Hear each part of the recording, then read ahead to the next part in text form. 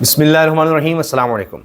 امریکی صدر Donald Trump کی موجودگی میں وائٹ ہاؤس ڈنر اور اس کے دوران شوٹنگ کا واقعہ سب سے بڑی خبر بن چکا ہے۔ اب حملہ آور کی شناخت کے بارے میں بات ہو رہی ہے، اس کو ایران کے تناظر میں دیکھا جا رہا ہے، لیکن خود امریکی صدر ڈونلڈ ٹرمپ نے کہا کہ اس کا ایران جنگ سے تعلق نہیں ہے۔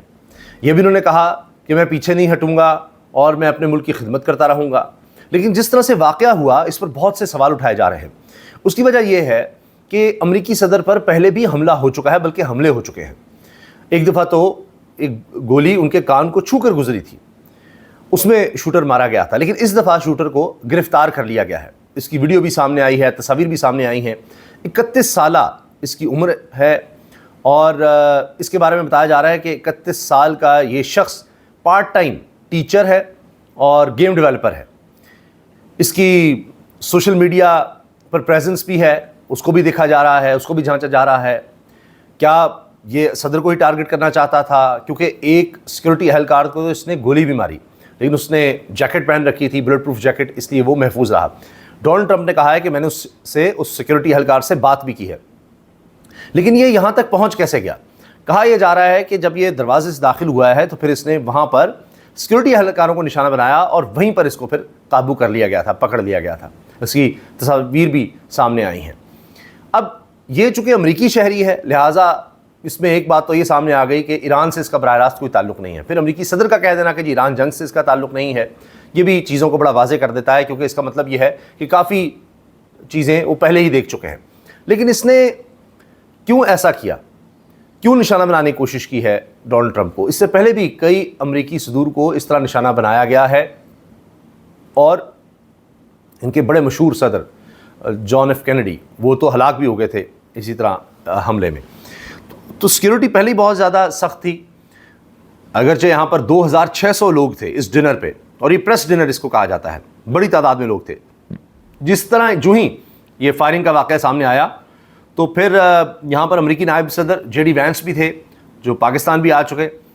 پھر ویڈیو سامنے آئی ہے کہ جس طرح سے سیکورٹی اہلکار آئے ہیں، انہوں نے پہلے جے ڈی وینس کو وہاں سے نکالا ہے اور اس کے بعد پھر صدر ٹرمپ کو بھی وہاں سے لے کر گئے ہیں۔ لیکن جب نظر آیا کہ حالات قابو میں ہیں، اس کو گرفتار کر لیے گئے حملہ آور کو، تو اس کے بعد پھر وہ دوبارہ واپس آئے ہیں ڈونلڈ ٹرمپ، اور انہوں نے پھر بات بھی کی ہے، میڈیا سے بھی بات کی ہے، اور وہ حوصلے میں نظر آئے۔ انہوں نے کہا کہ جی ہم دیکھ رہے ہیں کہ یہ اکیلا تھا یا اس کے پیچھے اور لوگ بھی تھے، یہ بھی ہمیں دیکھنا ہوگا۔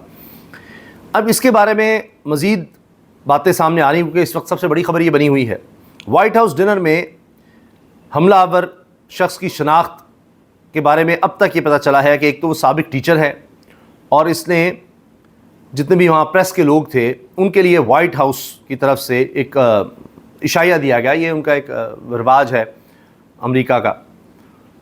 یہاں پر اس نے ایک حملہ کرنے کی کوشش کی ہے جب، تو اس میں ایک تو یہ بات سامنے آئی ہے کہ ایک اہلکار نے کول تھامس ایلن کے طور پر اس کا نام بتایا ہے، اور یہ لاس اینجلس کا رہائشی ہے۔ 31 سال اس کی عمر ہے کول کی، اور یہ پارٹ ٹائم ٹیچر اور گیم ڈیولپر بھی ہے۔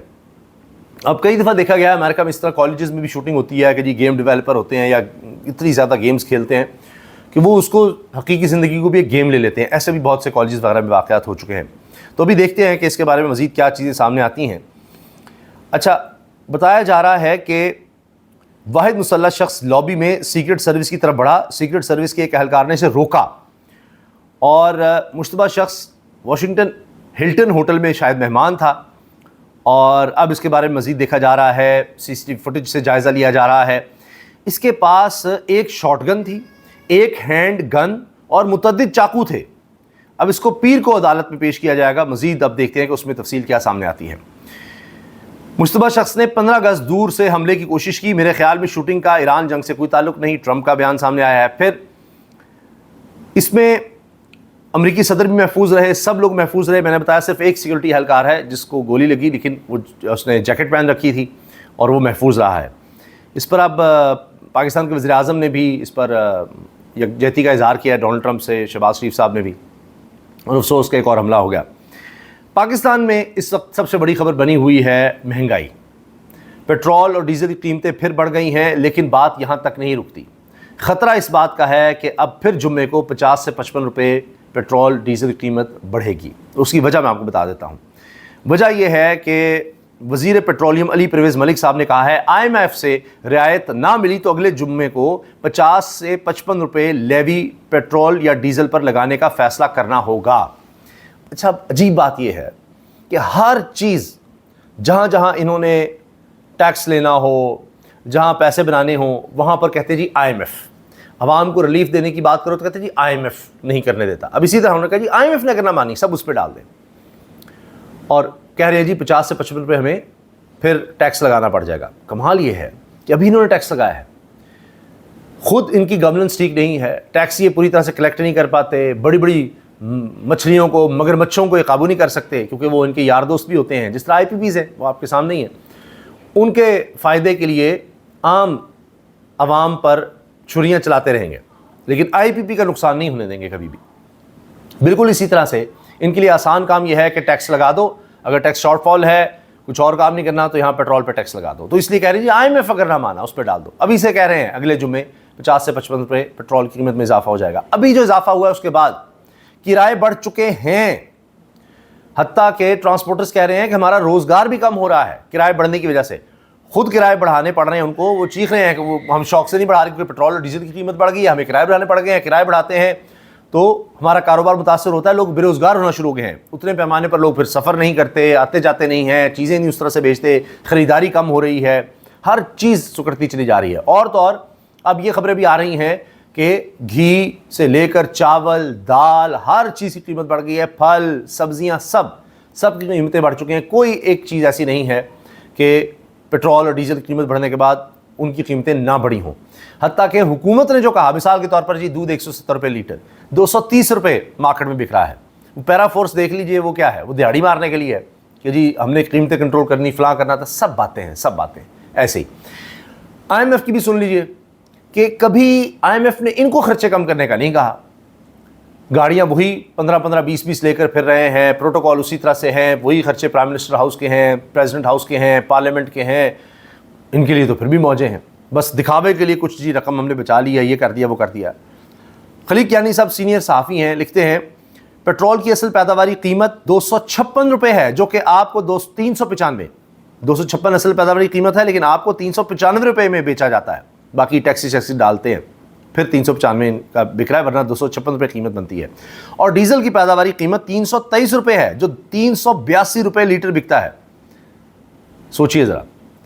تو یہ سب ٹیکسز ویکسز ڈال کے پھر بھی ان کا پورا نہیں پڑ رہا کام, اتنے ٹیکسز کلیکٹ کر کے بھی. اب یہ کہہ رہے ہیں جی چونکہ جنگ کی صورتحال ہے تو اس لیے اب مسئلہ بنا ہوا ہے, اس کے بعد ہم قیمتوں کو ڈی ریگولیٹ کر دیں گے, یعنی آزادی سے جو جتنے کا پیٹرول بیچنا چاہتا ہے بیچتا رہے, حکومت بیچ میں نہیں آئے گی, کوئی قیمت مقرر نہیں کرے گی. اب یہ بھی ایک کام ہے. ایک اور عذاب آ گیا ہے بجلی استعمال کرنے والوں کے لیے, اور اس کو ڈیٹیکشن بل کا نام دیا جا رہا ہے.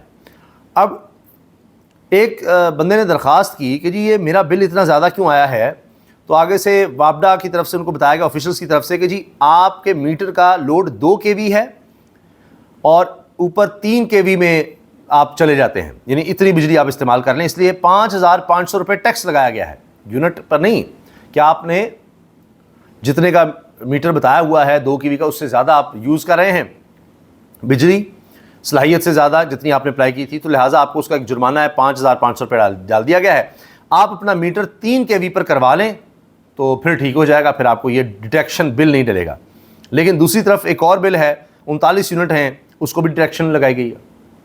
اتنے کم یونٹس استعمال کرنے والے کو بھی ڈیٹیکشن, کہ بھائی وہ تو اوپر نہیں گیا اس سے. اب یہ ایک عجیب گورکھ دھندا بنا دیا انہوں نے, بس پیسے ہر لحاظ سے. پہلے خود اتنے میٹر لگا دیے ہیں, اچھا صارف کو نہ بتاتے ہیں اس کی ضرورت ہے, کل کو بڑھ گئی اس سے اوپر چلا گیا, اب اس پہ ٹیکس لگا دو, اس سے پیسے لے لو.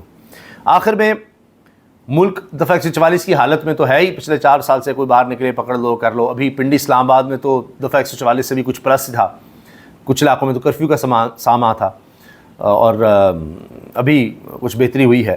لیکن پنجاب میں, پورے پنجاب میں دفعہ 144 میں توسیع کر دی گئی ہے, ڈرون اڑانے پر پابندی برقرار ہے. تو لہٰذا اس پہ احتیاط کریں کہ کھلی فضا میں باہر جا کے کہیں بھی ڈرون نہ اڑائے گا, کیونکہ حکومت پہلے ہی جرمانے ہوں, مقدمے ہوں, ان میں کرنے میں ماہر ہے. تو اس طرح کا کوئی خوفناک مقدمہ اپنے خلاف کروا لیجیے گا. تو لہٰذا ڈرون اڑانے پر پابندی ہے دفعہ 144 لگا کر، اور اس میں 30 روز کی توسیع کی گئی ہے۔ سیکورٹی خدشات کے پیش نظر یہ کیا گیا ہے 25 مئی تک اب یہ پابندی رہے گی، اور اس کے بعد پھر ہو سکتا ہے دوبارہ نوٹیفیکیشن آ جائے جی آگے بھی ہے۔ ہاں، ہالز اور مارکیز کے اندر تقریبات کے دوران چھوٹے ڈرون محدود استعمال کرنے کی اجازت ہوگی، بس اس سے زیادہ نہیں۔ البتہ انٹیلیجنس اور قانون نافذ کرنے والے ادارے پابندی سے مستثنا ہیں، وہ ڈرون اڑا سکتے ہیں۔ یہ ہر جگہ استثناء میں، جس طرح IPPs کو استثناء ہے نا جی، وہ بجلی بیچنے سولر عام صارفین جو ہیں ان کے لیے مشکلات ہیں، اس طرح یہاں قانون نافذ کرنے والوں کے لیے تو پھر استثناء ہونا ہی ہے، کیونکہ ان کی سیکورٹی کی ڈیوٹی ہے، انہوں نے پھر اس کی سرویلنس کے لیے کرنا ہوتا ہے۔ اجازت دیجیے، اللہ حافظ۔